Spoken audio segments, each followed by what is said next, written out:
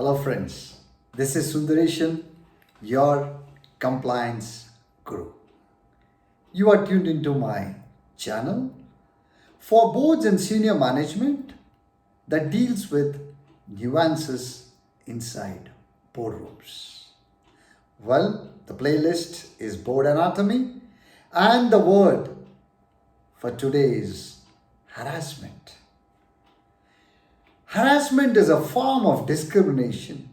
It involves physical or verbal behavior that offends or humiliates a person.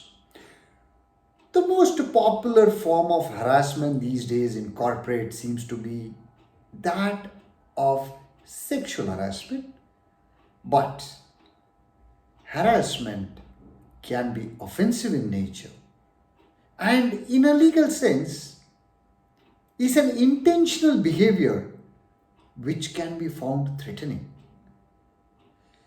Well, in a corporate, harassment can stem from an employer or an employee. The most popular form of harassment can have three shades of grey, if I may put it in that way. And those are in the form of abuse, bias, or conflict. Well, abuse can be a case of sexual harassment.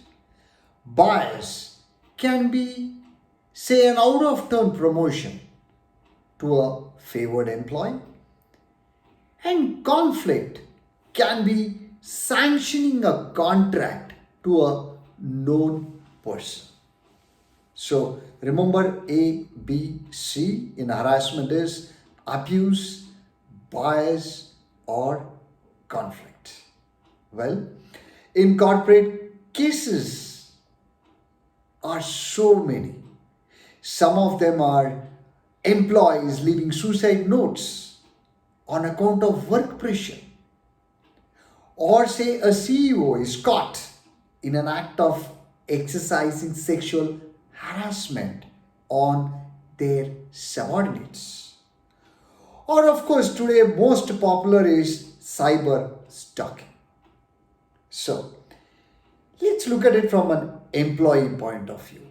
Harassment can be out of revenge that may force them to file complaints with regulators. Now, of course, that in the corporate is called whistleblowing, if that is the right word. Now, for some corporate case on harassment, the recent one, which is a year back, the CEO of a large chain of beverages ended his life, but he left a suicide note behind. And in the suicide note, he mentioned that he was harassed by the regulators. Now, is that harassment, or was it something to mislead an investigation? Of course, it is under investigation. So, I would not be able to comment or conclude on whether there was harassment in the real sense or not.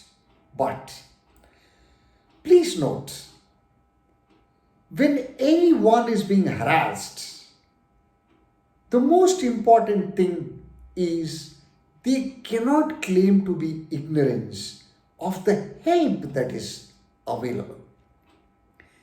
Now, how many of the harassed victims, if I may say so, have approached for help? How many of them have got it redressed? It rarely happens. And most harassments actually end up in lot of sensitive issues and things that lead to ending life. Well, there are many more cases on harassment, of course, domestic as well as official, And one such case is that of a large motor company where the CEO one fine day decided to jump out of a building. Now, why did he die? What led him to committing a suicide? Was it on account of harassment? Well, most of these cases are still under investigation, and very rarely we get to know whether such extreme steps which was taken by employees were on account of harassment. So, friends, harassment can be both for employer as well as employee. But what is very important is there is always a helpline that you can reach out, whether it is for abuse, bias, or for conflict.